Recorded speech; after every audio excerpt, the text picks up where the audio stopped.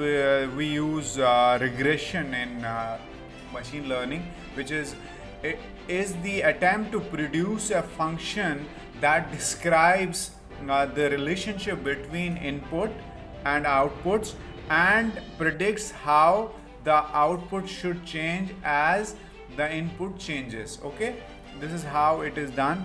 Regression is also done both classifiers, and regression learning can be viewed as function of approximators. Okay, trying to learn unknown possibly implicit function which we don't know. There's a lot of data. Suppose you get a lot of unclean data, so you try to use machine learning algorithm. It will classify, categorize. You will use these techniques in the algorithm, and then it will get meaning out of data. Okay, for example, a spam classifier can be viewed as learning a function that maps from the text of an email to one of two categories, spam or not spam. Okay, so this is how it is used in emails. And computational learning theory can assess learners by computational complexity.